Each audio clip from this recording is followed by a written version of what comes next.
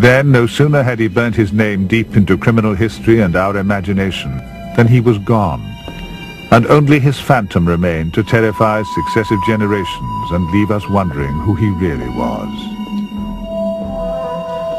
Behind him he had left 5 broken bodies, women on the lowest rung of Victorian society, whose immortality has been guaranteed in death as it never could be in life.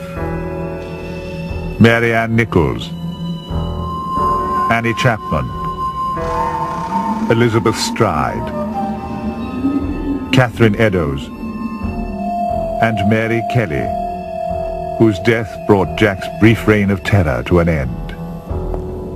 Since then, the search to discover his identity has continued through a century-old fog that threatened to engulf the truth forever.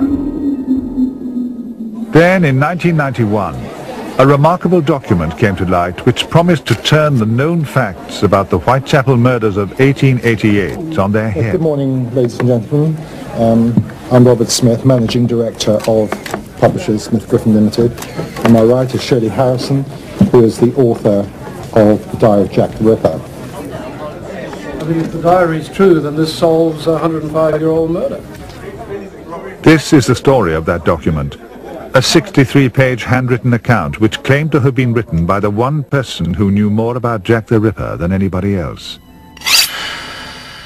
A journal written by the same man who so far had only been known to the world by his chilling pseudonym, Jack the Ripper.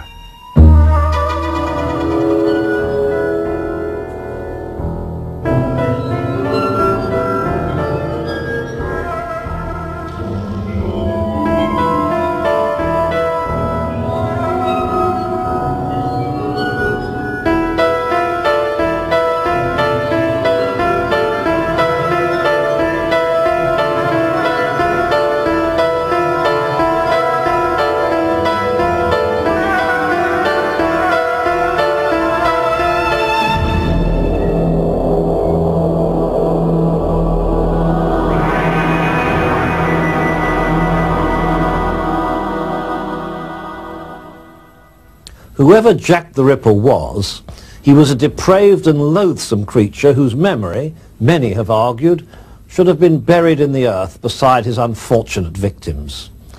And yet today he remains, as he has from the very beginning, one of the world's most notorious murderers.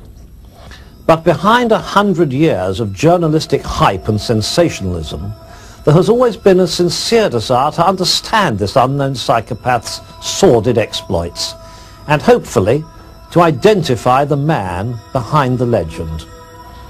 Like some faded Rubik cube, the press and public alike have refused to let the puzzle rest unsolved. And with each new twist, Jack's future has been secured, despite the fact that there never has been any real evidence against anyone, including the 3 surviving names that were on the police suspect list at the time. Kosminski, a low-class Polish Jew, and Michael Ostrog, another immigrant. Montague John Druitt, a school teacher and barrister who committed suicide after the murders. In recent years, Queen Victoria's grandson, Prince Albert Edward Victor, the future Duke of Clarence, has become the most popular of suspects, even though he has a cast-iron alibi on each of the nights in question. And so others close to this most royal of rippers have taken their turn in the dock. The Prince's friend and tutor J.K. Stephen, and even 72-year-old Sir William Gull, physician to Queen Victoria. But if that encourages you to believe that we were destined to play the game of Hunt the Ripper by the same rules for another century, perhaps you ought to think again. Believe it or not, this innocuous-looking book has just moved the goalposts. Is it the answer to the mystery that has intrigued successive generations? Or is it a cleverly constructed hoax aimed at an eager and gullible public? Experts considered the options. No, actually, it isn't part of the historical fact. He went into his lodgings and then came out and dropped his apron 40 minutes later. The publication of the journal which claimed to be the confession of Jack the Ripper was the culmination of 18 months' intensive debate and research. Martin Howells and I are in fact arguing that against you doing it. Listen. I have an open mind, despite the fact I believe it. But even before the full facts were known, some had already made up their minds. This is a fake, it's a modern fake. It was penned by someone who most likely was schooled in the 1930s. More detailed research has been done on this document than has ever been done on any discovery connected with Jack the Ripper. I believe now, absolutely, 100% that this diary is genuine. I'm sitting on the fence. I've been on the fence for so long I'm developing piles. True or false, the responsibility for the journal's entrance centre stage was down to one man, Mike Barrett. His story begins not in the back streets of London, but in his hometown, Liverpool. It was here at the Saddle Inn that he met a retired print worker, Tony Devereux. I struck up a 3-year acquaintance with him, and we've become very, very good mates. I used to go down every day of the week with his bread and with his milk and his bottle of sherry, and I ended up going down there this particular one day, and he turned around to me and said, "Here you are, Mick, here you are, that's for you." I said, "What the hell is it?" "Take it home and do something with it." I said, "Well, what the hell?" He said, "Take it home and do something with it." Mike Barrett discovered that his friend's gift was an old leather-bound scrapbook with some pages missing from the front. 63 of the remaining leaves contained a legible, if somewhat untidy, handwritten scrawl. What he read on the first page disturbed him. I long for peace of mind, but I sincerely believe that it will not come until I have sought my revenge on the whore and the whoremaster. As Mike Barrett skimmed through the pages, it became even more clear that this was no ordinary diary. The thought of him taking her is beginning to thrill me. Tonight I may return to Battle Crease and take the unfaithful bitch. But it wasn't until he turned to the last page that the full impact of what he was reading really began to sink in.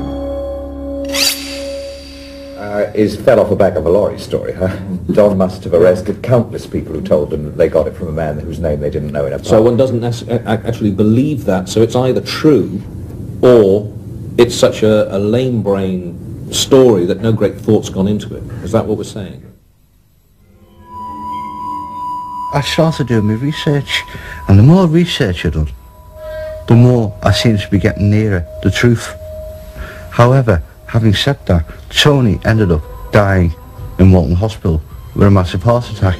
So I'm left with a diary that I'm not sure is 100% genuine. But that's what we're dealing with, and it is unsatisfactory. And now my personal opinion is that I do not believe that Mike Barrett is telling us the whole truth. I'm not saying it's a forgery, and I'm not saying it's genuine. I'm saying my very strong feeling is that there is more to this story. Tony was never capable of forging. I honestly don't believe he was capable of forging. Okay. So if Tony didn't forge it, where the hell did he get it from? The first we heard about this, Mike's original story, was that my father handed him this parcel and said, "I want you to take this for being so good for me and looking after me." Well, that was what Mike told me.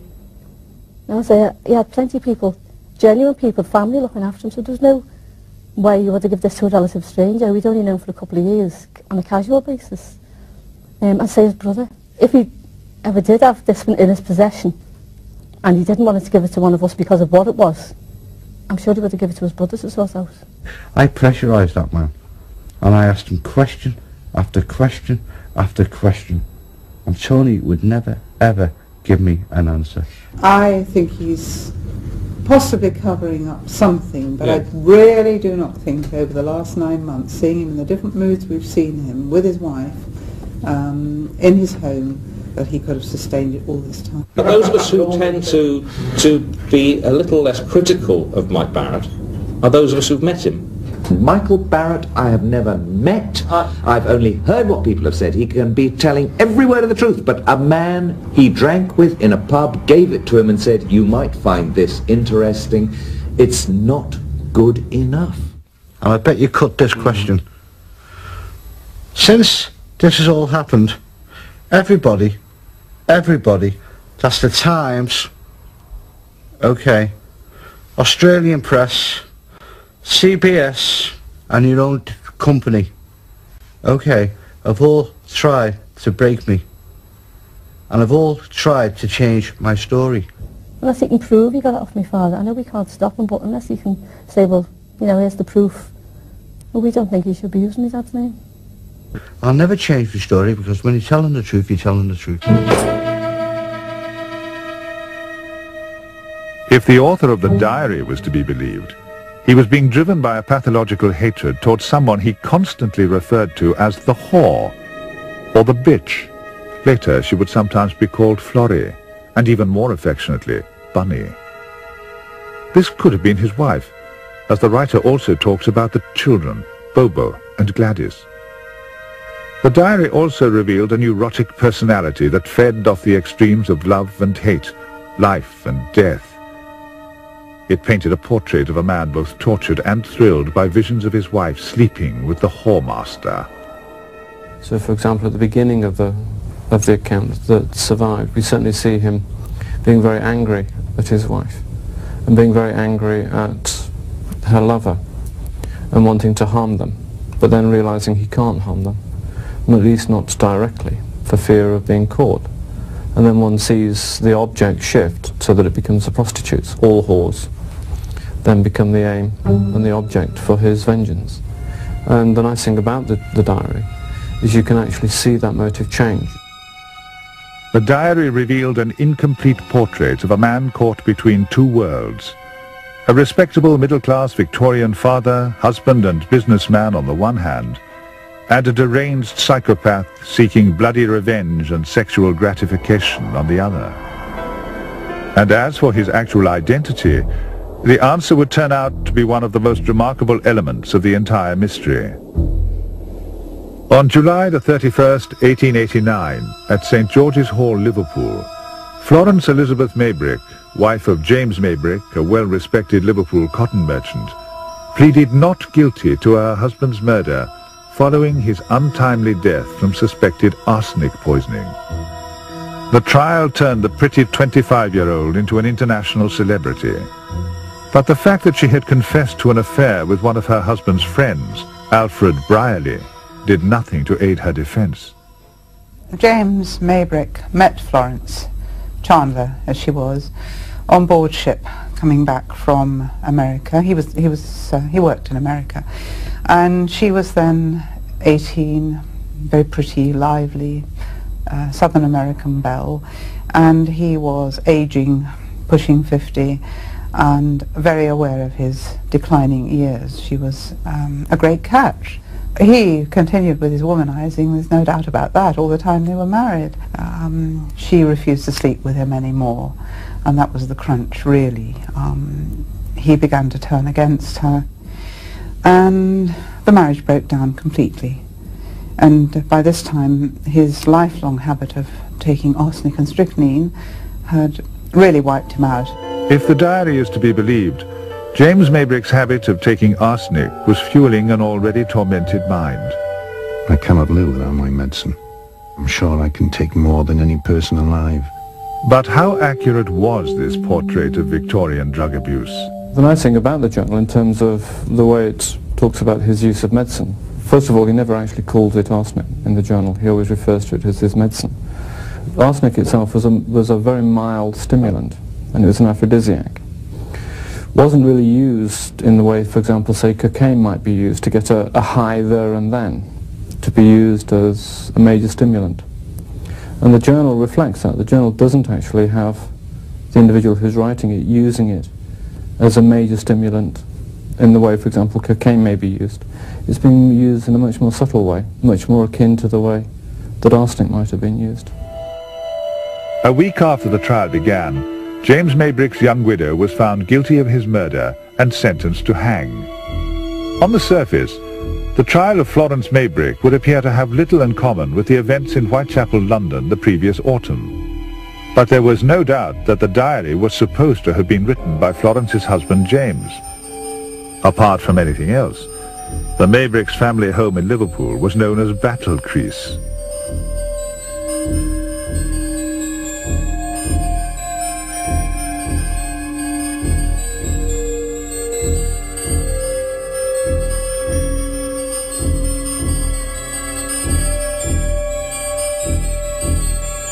I believe the Mavericks moved in at the beginning of 1888, and I have the deeds of the house, but of course there's no reference made to them in the deeds because they rented the property. And then following her trial in 1889, the Mavericks moved out again. This in fact was his bedroom, I believe. His bed was over in the corner there, and off this room was his dressing room, and next door to that his study. Well, the electrics have always been a bit of a problem since I moved in, and I decided to have a total rewire, and they've fitted a new main to the flat in 1989, I think. And then over a 3-year period I had storage radiators fitted, and I had a ring main installed in the flat. The floorboards in James Maybrick's study had been lifted for the first time in over a century, just prior to the diary coming to light. According to the Times newspaper, the electricians denied finding anything at the house at this time, although 2 of them did admit to drinking at the same public house as Tony Devereux and Mike Barrett. In Liverpool, the Daily Post newspaper had been the first to become aware of the existence of the Ripper diary, and the closely guarded secret of the author's identity. They too had expected to reveal a hoax. The first I heard about it was a phone call from a journalist colleague of mine back in April, telling me that on a train journey from Liverpool to London, he had met a man who had the diary of Jack the Ripper. We ran that story in the Daily Post the next day. I thought if somebody's bringing out a book of James Maybrick saying Maybrick is a killer, I thought, well, it's a hoax. It's a hoax. This piece of scientific apparatus was devised by us in the early stages to try and assess as we were going along what we thought was the likely truth, if you like, about the journal, about the whole affair, the Ripperometer. And as you can see now, it's pointing more towards the truth. I've really been outvoted by my 2 colleagues. I'm still rather sceptical. My gut instinct, perhaps it's feminine intuition or something, but my gut instinct tells me it's true. It is. We've got the man. It appeared to be a hoax. It's a pretty incredible tale, isn't it? I got the diary of a man I met in a pub. I mean, who would believe that on the surface? So it's been one-sided. Since the confidentiality agreement has come out, the other side of it is now beginning to be heard. I mean, I've had a chance for the Daily Post to read the diary, and I've actually seen it. It's a strange feeling to pick up this old battered ledger and say, well, I wonder if this is true. It's a strange feeling altogether. If it is a hoax, it's the most fantastic piece of work. It doesn't read like a diary at all. In fact, it isn't a diary. It's more like there's no dates to it, there's no names. It doesn't name James Maybrick, it doesn't name the Maybrick family by name at all in it. It drops clues. In fact, if you read it and you didn't know the Maybrick case, you wouldn't know that Maybrick is involved in it. It's a strange hoax if it is a hoax. We've got a mysterious document which turns up by somebody who takes it in a very amateurish way to the market, apparently coming from a man who's dead and whose family knew nothing whatever about it. Oh dear, oh dear. And I don't care a damn what anybody says. Everybody is going to come at me and are telling me, is it a forgery? Is it this? Is it that? I've got no answers whatsoever. I just don't know. For some, the uncertain provenance of the journal was already enough to convince them that it had to be a fake. Others were less certain. Far from there being obvious errors in the text, there were many specific references that at least proved the author's attention to detail. For example, today it is accepted that Mary Ann Nichols was the first Ripper victim. At the time of the crimes, however, 2 earlier murders had also been attributed to the same hand. Both Emma Smith and Martha Tabram were popularly believed to have been victims of Jack the Ripper. It wasn't until much later that it became clear that these murders were totally unrelated incidents. This fact alone showed that the journal was either a relatively modern fake or a much older document written by someone whose insight into the crimes went far beyond a superficial general knowledge. Was it even possible that a would-be forger could find a subject who would fulfill all the requirements of a plausible suspect? Could James Maybrick, a successful Liverpool cotton merchant, whose life and death was well documented, step into Jack the Ripper's shoes so easily?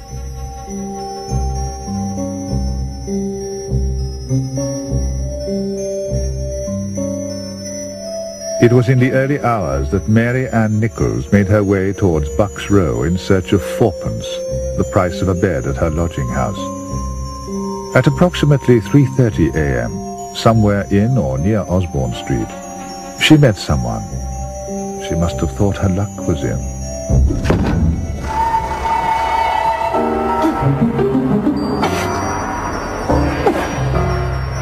There was a flash of steel, and 2 deep slashes severed her windpipe. Her attacker then turned his attention to her abdomen. Lifting her skirts, he stabbed her vagina and tore at her stomach with a deep, jagged thrust which reached far enough up to cause her bowels to protrude through the wound. Within minutes of the attack, the body was discovered, but her murderer had already slipped back into the shadows, and Whitechapel was about to become a part of British criminal history.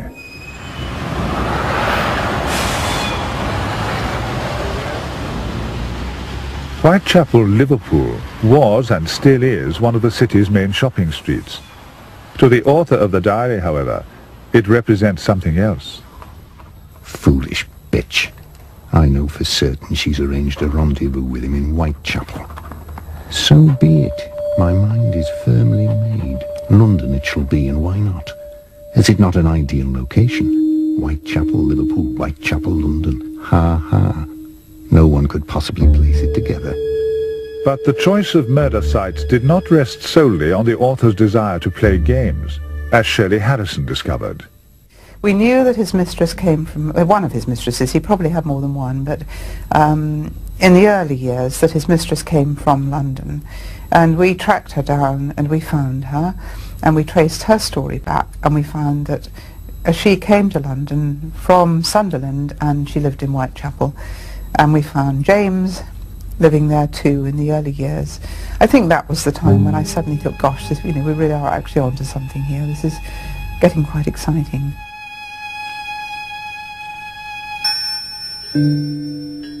The public face of James Maybrick was that of a successful businessman and a perfect gentleman. A business colleague spoke of him as one of the straightest and most upright men in a business transaction I have ever known. Another described him as the perfect host. Another remembers him being particularly kind and protective towards his children. But the truth that lay behind a heavy drape of Victorian double standards told a very different story.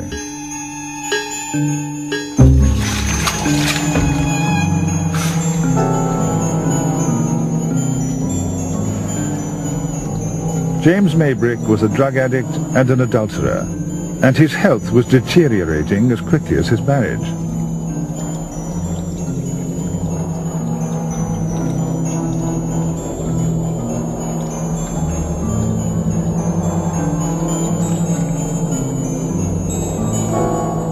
The commonly held belief, however, was that Florence had first met her future lover, Alfred Brierly, in December 1888, too late to provide the suggested motive for murder. In fact, they met in 87, a whole year before it's generally supposed they met. So that by the time the diary begins, which we've worked out to be probably March 88, they were already great friends.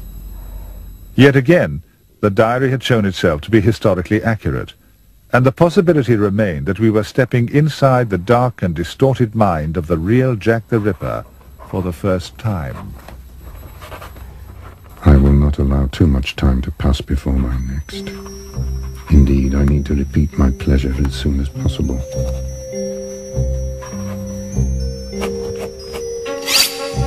Annie Chapman was the Ripper's second known victim, and this time her attacker was determined to get the maximum pleasure from his partner. A strong hand seized her by the throat and sliced into it twice, virtually severing her head. Then, drawing her legs up and pushing her coat and skirt out of the way, he drove his sharp, pointed knife into her stomach. He reached in and lifted the small intestines, placing them above the right shoulder. Again he used the knife to remove part of the belly wall, including the navel, the womb, the upper part of the vagina, and the greater part of the bladder. Grotesque as this murder was, the writer of the diary had one or two more images to add to the nightmare. I took some of it away with me. It is in front of me. I intend to fry it and eat it later. Ha ha. It has taken me 3 days to recover. It did not taste like fresh bacon, but I enjoyed it, nevertheless. She ripped like a ripe peach. I will not feel guilty. It is the whoring bitch to blame, not I. I've left the stupid fools a clue which I'm sure they will never solve. Once again I've been clever, very clever. 1 ring, 2 rings, a farthing, 1 and 2. Along with M, ha ha, will catch clever. Jim, it's true, no pill left but 2. Inspector Joseph Chandler was one of the first officers at the scene. Apart from a leather apron that belonged to the son of one of the tenants, Chandler discovered a piece of screwed-up paper and a piece of torn envelope. The paper contained 2 pills, and on the envelope, written in a man's hand, the letter M. At 6:30, the body was removed. It was now that he noticed the contents of the deceased's pockets, which were lying in an apparently neat pile. Popular accounts exaggerated the find as a pile of rings and coins. And although 2 brass rings had been wrenched from her fingers, the rest of her meagre possessions amounted to no more than 2 combs, a piece of coarse muslin, and, almost certainly, 2 farthings. 1 ring, 2 rings, a farthing, 1 and 2. An interesting factor about his relationship, for example, with his wife.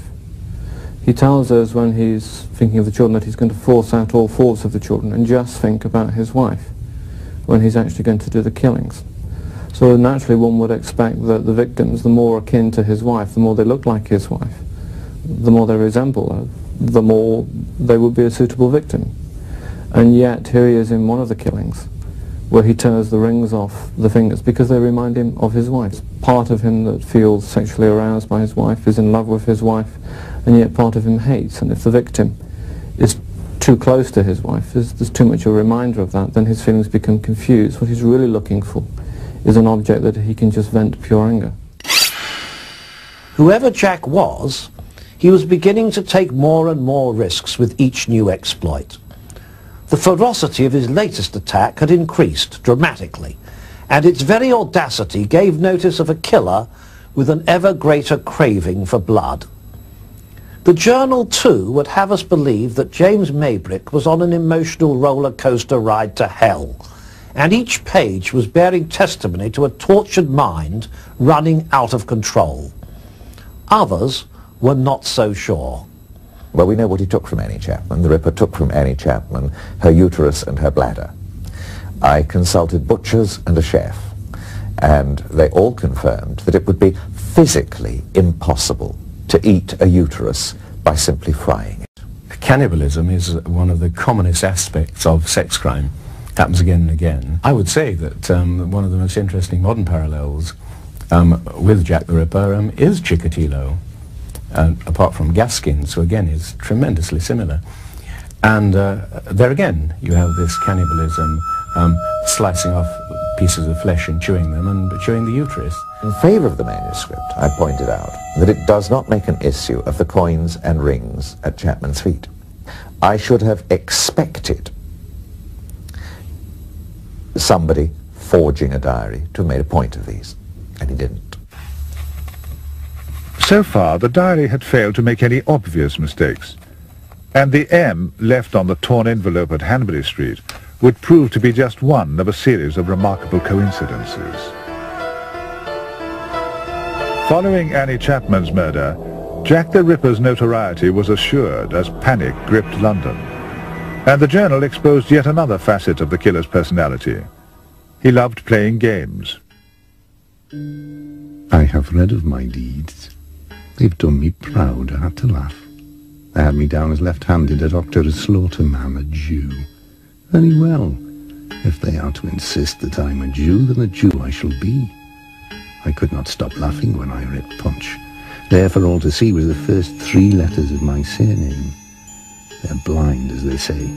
It amuses me, so I shall write them a clue. A few days after the cartoon had appeared in Punch, the Central News Agency received a letter which began, "Dear Boss, I keep on hearing the police have caught me, but they won't fix me just yet." And it was signed, Jack the Ripper. At last, a concerned public had a chilling but compelling hook on which to hang their anxiety. But had it in fact been written by the murderer? The diary was in no doubt. Before I am finished, all England will know the name I have given myself. But had the author of the diary finally made a mistake? In 1910, Sir Robert Anderson, the head of the CID at the time, had gone on record saying, "I will only add here that the Jack the Ripper letter which is preserved in the Police Museum in Scotland Yard is the creation of an enterprising journalist." It was a view echoed by other eminent police officers of the day, and now many researchers have accepted that the so-called Dear Boss letter was probably a hoax. The question was, if the diary was a hoax, why would it deliberately contradict current popular opinion? We are getting to something that's very important, which is, I want to know, who wrote the Dear Boss letter? Well, yes, let's be clear about this. The debate centered on the fact that Anderson never specifically referred to the Dear Boss letter by name, but to the Jack the Ripper letter preserved at Scotland Yard. Another letter, known as the Lusk letter, had been sent to the chairman of the Whitechapel Vigilance Committee, together with half a human kidney, 2 weeks after the publication of Dear Boss. And there was some evidence to suggest that this particularly sordid communication could have been the work of the journalist in question.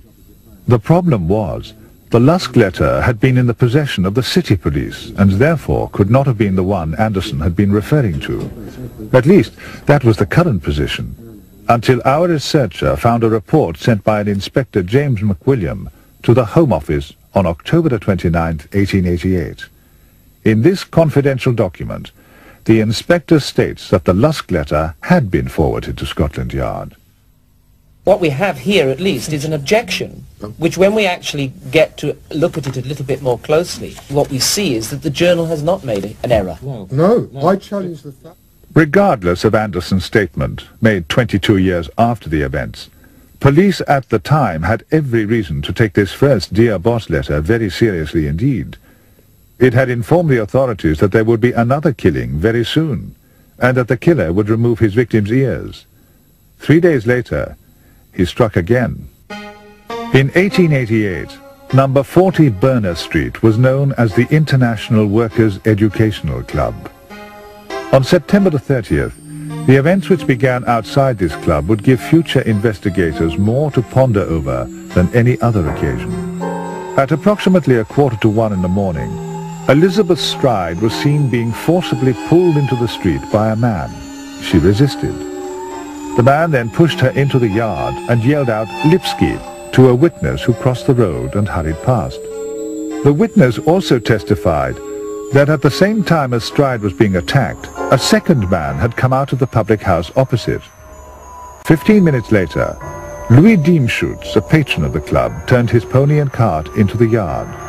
The animal shied to the left as if trying to avoid something. Elizabeth Stride's body lay on the ground. But this time, there were no mutilations other than a deep gash across her throat, which had severed her windpipe.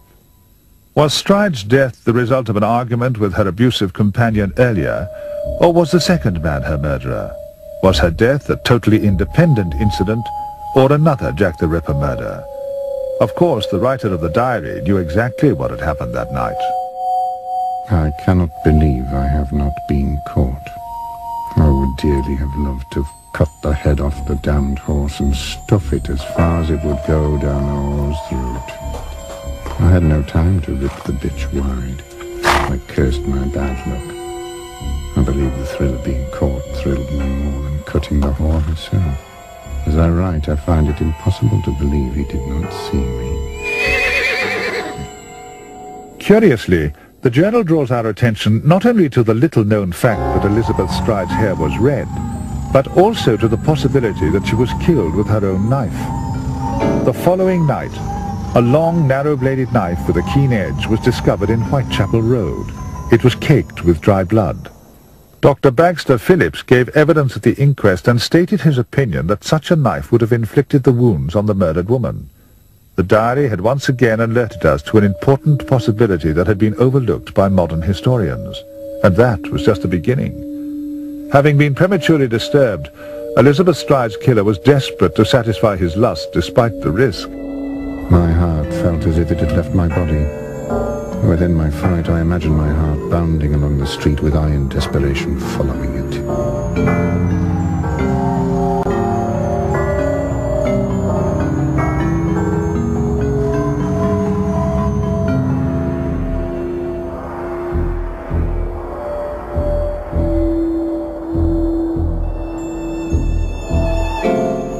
My satisfaction was far from complete. Within a quarter of an hour, I found another dirty bitch willing to sell her wares. An hour after Elizabeth Stride had been murdered, PC 881 Edward Watkins of the City Police passed through Mitre Square. The sight that greeted him was nothing less than diabolical. In a dark corner lay Catherine Eddowes. What had been her face was now a clownish mask of horror. Her nose and lips had been attacked with calculated ferocity.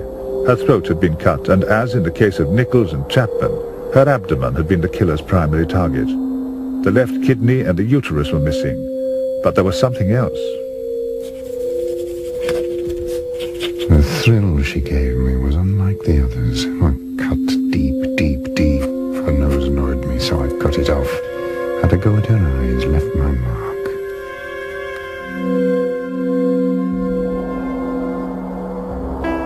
Under each of the victim's eyes had been carved two inverted V-shaped marks.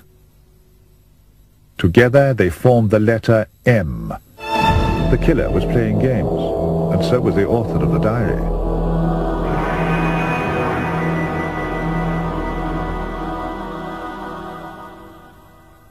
At the mortuary, the police took an inventory of Catherine Eddowes' meagre possessions, which included a red leather cigarette case. No one had ever seen any significance in this article, the only item of any real value among a pathetic collection of odds and ends. No one, that is, except one man. He believes I will trip over, but I have no fear. I cannot redeem it here. Of this certain fact I could send him post-haste if he requests that be the case.